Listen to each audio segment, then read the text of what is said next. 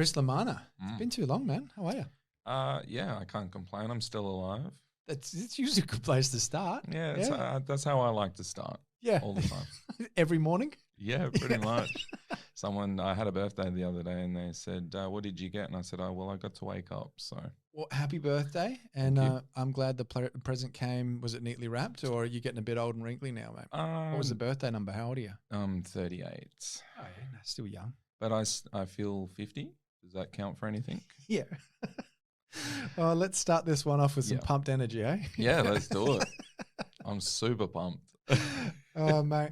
You and I have known each other for quite a long time now. I Yeah. actually don't know how long it is. It's probably close to like 8 years, 7 years, something like that. I would say so, yeah. It's probably closer to 8 or 9. 8 or 9, yeah. And I've known it because your profession, you're in the building industry. Yes. But on the property investment side of things, it's something that you and I really clicked on when we started chatting originally. And I think you've got an amazing story. And it's one of the reasons I wanted to get you back on the show, because you've come on ages ago as a building inspector and given a few good solid tips around like what to look for, what not to look for, that kind of stuff. So rewind back to Chris's story on that one. But I think that was like episode 30 or so. Like that was proper a long time ago. Yeah, I was younger then. Yeah. You were up to episode 200 and something now. Wow. But today we're going to unpack a little bit more about you, your story as an investor, and a lot of the lessons that you learned over the years, because you weren't born into any kind of real estate royalty, a silver spoon. Like you very much worked for what you've got, and you've been a deal maker to get to what you've got.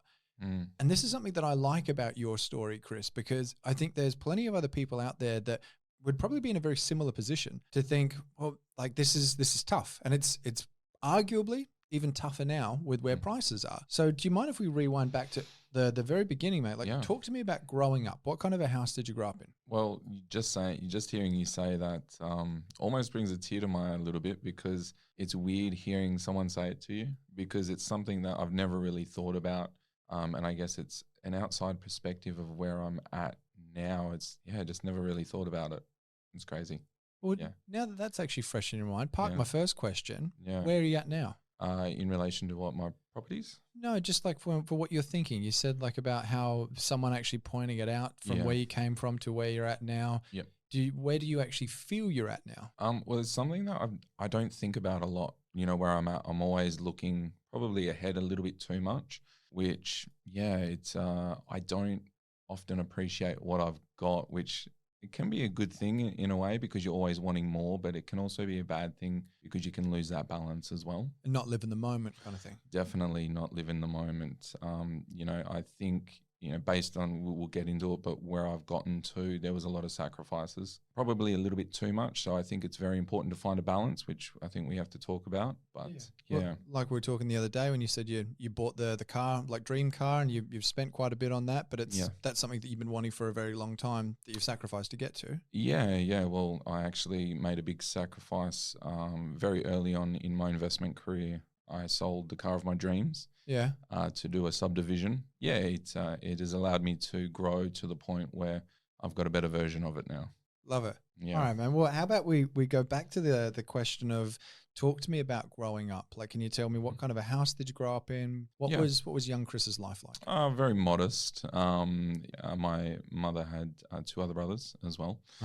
We were always, I guess, the normal sort of family. We never. What's a normal family? Because I think of Forrest Gump's mum straight away. Like, what does normal mean anyway? We got by. Okay. And we got by in any way that we had to. Never really excelled, I guess, in relation to what we had, but we always had enough. Okay. And so like food on the table, holidays, that kind of stuff. Holidays, probably not. Food on the table, definitely. Yeah. The parents always provided, no matter what the circumstances in relation to food. But, holidays was probably a bit of a luxury at that time. And mum and dad worked pretty hard? Yes. Yeah, in their own way. Yeah, I guess everyone has a different definition of work. Yep. Some people would say that a mother doesn't work as hard as someone that goes to a full-time job, but in reality, they're probably doing even more. Yeah. Yeah. Absolutely. Yeah. Well, there's no off button on the kid. Yeah, definitely. Yeah, in their own way. Is that maybe where you get a little bit of the work ethic from for yourself? Because like you do have a very solid work ethic. It's weird hearing someone say that, because I always try and portray a person that can handle it and doesn't work hard. So it's weird hearing someone say that, because Okay. I've always been, don't sort of show, don't sort of go over the top with what you do. So yeah, hearing someone say that as well is very eye-opening, because deep down I know I'm a hard worker, but I still don't like hearing that. You don't identify as someone that really works hard, but secretly, or like you said, deep down, you are putting a lot in.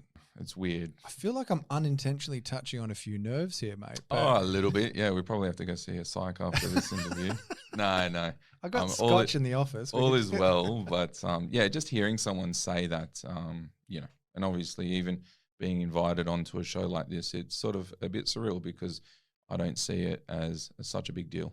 Okay. Well, mate, why don't we start talking about a few of the lessons that you've learnt? Because you've come from what you've just described as a pretty modest upbringing, not terrible, not amazing. It was just kind of, like you said, you had what you needed to grow up. I think probably slightly paraphrasing what you've said. Yep. Now, you've started learning a few lessons on the investing journey along the way. And I think it all started for you with a homeowner's grant, and you only owned a home for a few months. But I know that one of the takeaways, because you and I obviously had a very good chat about this episode before we started recording, was around like thinking outside the box when it came to funding.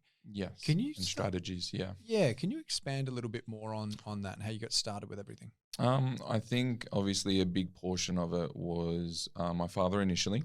But when I bought the first home, there was a $15,000 homeowner's grant available. So I think it's important to identify what you've got in relation to the government funding at the time to help you, proceed. Yep. But yeah, you're quite right. We only owned, I bought it with a girlfriend at the time. And we only owned the home 3 or 4 months. She got sick of me very quickly after we bought the home. Yeah, we received $15,000 first home owners grant, which was amazing. And it was a different time back then. Okay. In relation to deposit, I think we only needed about $15,000 or $20,000 deposit. Because this is the Adelaide market, 15 odd years ago? Correct. Yeah. Okay. Yeah, they were good times. And what actually happened is we started off by renting this property. So we were initially renting the property for about 2 years. I didn't even know that. Yeah. Yeah, right. Okay. And we were very lucky to get the rental. I made a connection. I remember when actually the rentals were very similar to what they are now. When we rocked up, there was about 50 people there. And wow. Yeah, we were first-time renters. And I walked straight up to the owner of the house, because he was the one presenting the home. And I said to him, "Hey, mate, have we got any chance here? Or should we just walk away?" And, straight up with him. And he said, no, yeah, rent it out. And we eventually ended up buying that home.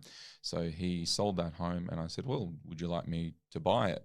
And we avoided agency fees and stuff like that. So the deal was right at the time. We saved a little bit of money. We got it probably slightly under market value because we negotiated. It was an easy deal for him at the time. And yeah, we did whatever we needed to do to make it work at the time. The deposit of, I think it was about $20,000. We were about $5,000 short, and we were pretty lucky that my girlfriend's side of the family had $5,000 to lend us, which we ended up paying back pretty much immediately. But it got us into the real estate market very early. I guess it was a bit odd because it was never like, I'm going to buy this home. It sort of just happened to a certain extent. I always wanted to own a home, but I didn't know it was going to happen in my early 20s. So at that stage, you had no building the portfolio on the horizon. You hadn't done the classic, I just read Rich Dad, Poor Dad, nothing like that? No, nothing like that. No, not at all. It didn't even cross my mind. Right, okay. And so as far as the thinking outside the box, the takeaway for someone listening to that's maybe in a similar position, early 20s,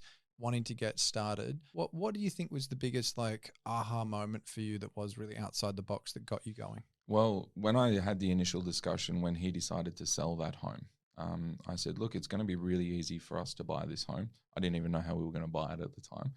But I said to him, look, there'll be no real estate agent. There'll be no additional fees. We can both make money here. We can both save a little bit of money. And I don't know if I convinced him that it was a great idea to sell to us, because he never went to an agent and got a valuation on the property. He was just like, oh yeah, 190 sounds good. And I was like, 190 sounds fantastic, because at the time, I reckon it was worth about 225, 230. Wow. And, he probably saved, I'm not sure what the agent fees would have been, maybe 10 grand, but I virtually sat down with him for about an hour. I bought him a coffee, of course. And I said, that coffee was a real good investment. yeah, that's probably the best investment I've ever made. And yeah, I sat him down and I said, look, we can avoid so many fees. Let's do this deal. And yeah, we got it done. And we got $15,000 first-time owners grant. So the thing that gets me about that is you didn't come from a sales background at all, did you? No, not at all. No, because that to me, if you're used to being a deal maker, you've done a bit of sales training, I can see that kind of flowing. But was this something that you learnt from mum, from dad? Did you not even really understand at the time how you were connecting the dots? Or? No, I didn't really. You know, it's hard to remember that far back, but I think I had a discussion with my father, and he's like, you know, for this amount of money for this home, he's like, you need to buy this home. And right. So he saw the deal. Yeah, he saw the deal. Yeah. So as far as thinking outside the box is concerned, you got a bit of guidance from dad basically saying, look, this is a deal, mate. You should probably go after this. Mm-hmm. You took action on it as well. So straight away you're like, okay, I'll listen here and I'll go and look into this. The thing that I like about that is you took action on something that if it was a no, it wasn't like I'm going to take action and put 10, 20, 30 grand on the line, especially in your early 20s. It was, I'm going to take action and it's going to cost me $4.50 for a coffee or whatever it was if it doesn't work. Mm. So the fact that it was like, I guess risk mitigated probably again, without even knowing that if it works, fantastic. If it doesn't, who cares? You at least you gave it a go. But I think that's almost a perfect segue into the other thing that you said, and you used Effie as an example, which I was quite interested in, but finding your people. Mm-hmm. Can you talk to me more about that? Because it sounds like dad was probably one of the first people that, well, you didn't find him, he's dad, but can you talk to me about the importance of that when you were growing your portfolio? Yeah, so having dad as a massive influence, it really identified that, yeah, you do need to surround yourself, not necessarily with like-minded people, but people that are your people. And I mean that in relation to helping you in any aspect of your life, not just, okay, they love investing and they want to make money and all that sort of stuff. I don't think it's all about that. It's about finding people that, are your people in relation to, they're just willing to listen. They're willing to help in their own way as well. Mm-hmm. It doesn't necessarily have to be like, oh, well, I think this is a bad investment or this is a good investment. It's just having the proper friends around you to understand your path and what you want out of it as well. Obviously, it is very nice to have people that are in the game. Mm-hmm. And I spoke to you about this before, where even when they're, providing advice and that sort of stuff, you still need to follow your own path. It's nice to have the friends around, but they don't need to know all the answers either. So your people sounds like I want just to have investors around me, and I don't think that's what it's about either. It's all aspects of your life. Okay, when I say your people, who do you see in your head? Like if you close your eyes right now, can you describe who your people are? Family. Okay. Yeah, family, and people that are really there to support you and identify what you want as well. Okay, who else apart from family? Because I'm just thinking someone listening to this thinking, yeah, that's great, Chris, but like my family, I love them, but they're probably not my people. They're not that supportive. Yeah, and that's a good point, because they're not, I said family, and now that you've mentioned that, look, a lot of my family aren't that like-minded. They've helped in other ways that have got me to where I am. Yep. And a lot of friends, the people that I surround myself, they're not investors. They're not the like-minded sort of people. They have their own ideas and I have my own. And yeah, it's hard to think about, because I don't have a lot of people that surround me that are investors. Mm-hmm. Now that I think about it, I've just got a lot of very helpful people that have helped me in many other ways. And if I was to give you an example, someone that's willing to go to the gym with me, someone that's willing to spend time with me, and it's quite an odd thing, because I've never been surrounded by anyone like that. Can you tell me about how it helps? Why, like for anyone listening now, just thinking, okay. Yeah, I definitely can, because it's like owning a fast car. It's no fun if you don't get to drive with someone. And that's true. I think, at the end of the day, we're all doing it for, ourselves. But it is nice to share it with someone. Mm-hmm. And it's nice to share it with someone that actually cares, rather than go, oh yeah, I love how you got 6 properties. How'd you get them? Mm-hmm. Rather than go, oh, yeah, really well done. Like, can you help me? Like, let's do something together. Like that benefits both of us, rather than just go, well, how did you get 6 properties? Mm. You know, those sorts of people, very important to not distance yourself, but recognize the true people in your life. I saw something the other day. I think it was a TikTok or reel or something, and I think it was an interview with Alex Hormozi. You probably heard of this dude. Yeah. Yeah, and he's blown up in the internet over the past like 12 months or so. And he was talking to someone about when you've got friends that are like, oh, look at Mr. Big Shot now. Like when you start actually succeeding. Oh, And yes. and he talks about how like if someone's like, oh, you're too good to hang out with us, like obviously don't be rude, but don't be afraid to be like, well, no, I'm not too good to hang out with you, but like, yeah, like I'm doing me now. I'm butchering what he said. He put it perfectly. The guy's very good at this kind of stuff. Yep. But he was basically his point that he was making is those people aren't going to be your friends in 12 months anyway. Don't worry about it. They're not your people. And I feel like this is kind of what you're saying along the lines of like people that are your people are going to be the people that they're in the corner rooting for you. They're happy to help. They're behind you. They're not going, what are you doing, dragging you down. And it's a hard thing to identify because if you're the sort of person that is a very supportive person to everyone that's in your life, to recognize the real support and the real people and your people, it's something that is a learning curve. You may think that you know who your people are, and then one day you wake up and you go, they're actually not my people. And it's a hard thing to come to terms with. Very important to identify, and it's a learning curve, definitely. Now, obviously, beforehand, it would have been very different when you were starting. Like, there wasn't podcasts like this everywhere. There wasn't Facebook groups, Discords. Like, it was finding your people was trickier. Finding your people now means basically just do literally everything that I just said. Listen to podcasts, go to YouTube channels, like everything. And Up online. You will find a group of people very easily. Actually, there's probably, it's almost like analysis paralysis. There'll be too many groups of people, but let's not get into that. What I wanted to ask was, and I think this is a great one because I'm pretty sure this was actually a Barack Obama quote. The cost of inaction costs more than the wrong action. Or no action. Or no action? Yeah, I don't know. Just not doing anything. I like remembering about 80% of quotes. And then just butchering them. Just forget the end. Yeah. But not doing anything, it costs you more. It definitely does. Yeah. And this was a big lesson that you said you learnt along the way when you were at like property 3 or so? Yeah. So I had the opportunity to do a subdivision, and I owned a really nice car at the time. You know, I'm a car person, so I'm living for cars. What kind of cars? I had an M3 BMW. Okay. And I had the opportunity to do a subdivision, and I thought to myself, well, that can wait. You know, that block of land's not going anywhere. But at the time, there was the council were going through some changes, and they were starting to sort of rule out hammerheads or battle axe blocks as well. Just for anyone that's a little bit newer, can you describe a hammerhead or a battle axe? Yeah, so if you imagine like a battle axe where it's got the head at the end and a handle, the driveway is the handle, and then you've got the nice plot of land right at the back of the property. Chopping off the backyard. Correct, yeah. Gotcha. So they were starting to frown upon them, I guess.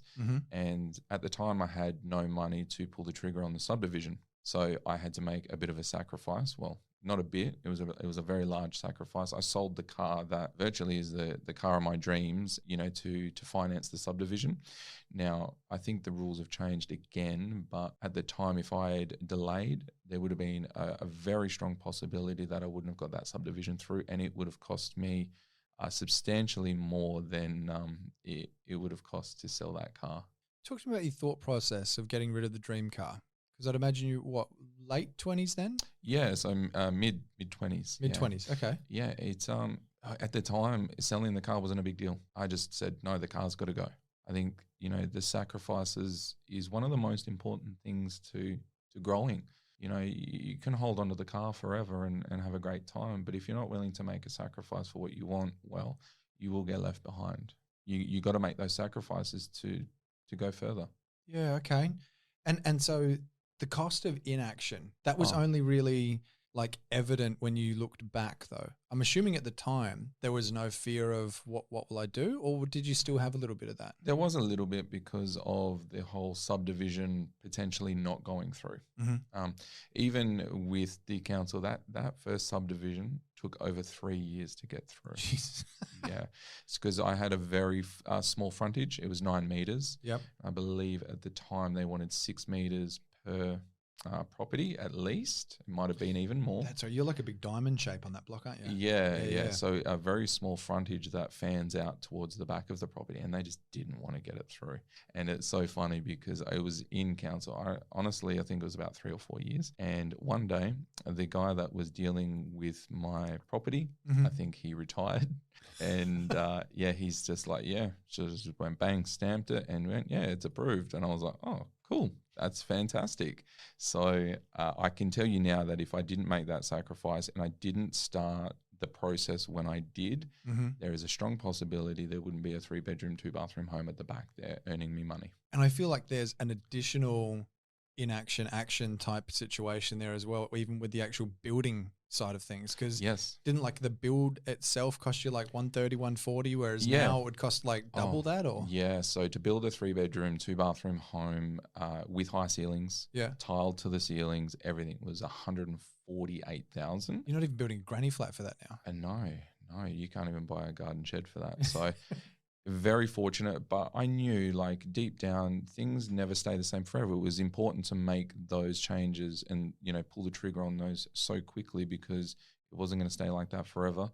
I remember there was a particular point in my, my progression where my uncle, he turned around to me and he said, like, because I didn't want to spend the money to build the property because I didn't have a lot. Yep. And, to build a home was a very scary experience because it was the first time I've ever, just chosen someone to build a home. And he said, Chris, it's time to pay up and shut up. And it really hit home. It was just, just do it. Because if I don't do this now, it's going to cost me more later. It's just going to cost me more money not to do it. So as soon as he said that, I think it was the next day, I walked in and I paid, it was a $2,500 deposit to get all the plans done and get the ball rolling because I thought to myself, well, it's going to take a couple of months to get the approved plans through. We'll work out the monetary side later. So you just did it. Like that was the push you needed. It was definitely the push I needed because I was sitting on the fence for so damn long about building it because I felt great because I had this plot of land now and the plot of land was probably worth 110 to 120,000. I felt great because I had no money on it, but it wasn't earning me any money either. That was the biggest problem. The big thing that I take away from this for someone listening that is maybe starting to really identify with you and relate is find your people, find that person that can actually push you and then get them to push you. Like I've got friends, you've got friends obviously as well that are around you that they're that mate that probably isn't going to take your crap. They're that person that's like, come on, mate, you're lying to yourself. Yeah. If we actually look at two of the things that you've said about inaction, action, and we're talking about finding your people, that really sounds like if you're listening to this right now thinking, I'm a bit on the fence here, find that person to push you off the fence in a good way, not a Humpty Dumpty way, but like into the side of action. Yeah, so I guess push is a strong word, but maybe I shouldn't have said push, but you know what I'm saying. Yeah, so I guess ignite that spark inside yourself. That might be a bit dull. Yeah, or give you a ladder to climb down. Okay. Yeah. No. Yeah. No. Yeah. Either way, to give you action. It definitely, it's so important to have those people around because I can tell you now, it's a very difficult journey by yourself. Very much. Yeah. Okay, man. Well, look, rounding things out here, we're looking at the last real big takeaway that you've got from growing your portfolio. And I think that this is one that is probably understated, is don't listen to the masses. Can you tell me a little bit about how you learnt that, how that tied back to getting to where you are now, property investing wise? Yeah. So, you said it previously, as you start to grow, people jump on board and everyone's got their own ideas. At the end of the day, it's important to listen to yourself and establish what your wants and needs are because it's all well and good to go, I want 6, I want 8, I want 10 properties. And then you get to that and it's not actually what you wanted. So listening to other people is fantastic. Like successful people, very important to listen to and hear their stories, but your story will never be the same as theirs. So at the end of the day, you write your own book, but you take on board what other people say. But when it comes to pulling the trigger, you got to do it yourself. I remember this audiobook I had years ago called The 100 Greatest Businesses of All Time and the Minds Behind Them. And the thing that they said in the preface was the truth is there is as many great that I'm going to butcher this one as well. There are as many ways to create a great business as there are great businesses. Mm. And I feel like it's almost the same thing when you're talking about like listening to the masses. And whilst there's thousands of people out there that have done amazingly well in property, it's not going to be exactly the way that you've done it or you're going to do it. And listening to every Tom, Dick, and Harry, so to speak, you feel that it could have taken you off course if you had have done that? Well, it's hard to look back and say that it would have. It's just something that I never did. So I can't relate to, I always took on board what people said. Yep. But in the end of the day, it sounds bad, but I never completely listened to them, unless of course my old man. Like my old man was probably someone that, provided that information and I listened to it. Mm-hmm. His background probably shouldn't have, but it definitely worked out because probably my person. For anyone that's thinking, well, look, my old man probably not going to listen to him. Mum probably not going to listen to her either. Yeah, it's probably the last person I should listen to, actually. Jesus. How I'm just lucky, I guess. How would you go about finding someone like that? Like, what do you actually look for? Do you just look for someone that is where you want to be? Is it as simple as that? It isn't. No, it's not. It's be yourself. Don't be afraid to meet new people, and especially in this generation. Yeah, connecting with new people and people in your space, it's very difficult. But, to meet people like that, they should have some sort of Tinder app, maybe. Investment Tinder. Swipe right. Vinder. Yeah, Investor. so what's your portfolio worth between 2 and 4 million? Then you can swipe right and meet this new person and connect. I'm just picturing all of the puns that could come from like the Tinder and Grinder kind of. But yeah, it's difficult to find people. It really is. And unless, of course, you're going out to events and making yourself available, I guess, how are you going to meet these people? Yeah. It's a difficult one. I guess once you do start to climb the ladder, like you said, you lose people that you thought were your people, and you do meet new people organically as well. I look at the amount of friends I've now made just through starting this podcast, and people that listened to the show and reached out, people that have been on the show, people that even yourself, and chatting over the years. But it's only because of actually taking action and reaching out and looking. Yes. Like most people don't just come to you, knock on the door and say like, hey, I reckon I'm your person. You'll be a very lonely person waiting for that. Yeah. Well, you might get a few like Mormons or Jehovah's Witnesses. Or, yeah. They'll probably be keen. Oh, yeah. They'll be your people if they want. But mate, look, we're getting to the pointy end of things. The action step. I want to know what yours is, because for anyone that's listened to this episode and they thought, you know what, I like this. I like what Chris is talking about. What's something that they can pull out their headphones right now and put into action to really walk down a similar path to yourself? Understanding what's in your life that you can sacrifice. There's a lot of things that we take for granted. Coffee in the morning, breakfast on a weekend. How much are you willing to let go to achieve what you really want? And that's why I say understanding what you want is so important, because you don't want to be sacrificing everything for something that you don't necessarily want that bad. Taking anything in your life and sacrificing it and not, wanting it or needing it, and understanding that it's not that big a deal to let it go. Very important. Like, for example, if you have a gym membership and it runs out and it's $500 for the year, well, you can do push-ups at home. And this is the sort of sacrifice I'm talking about. Okay.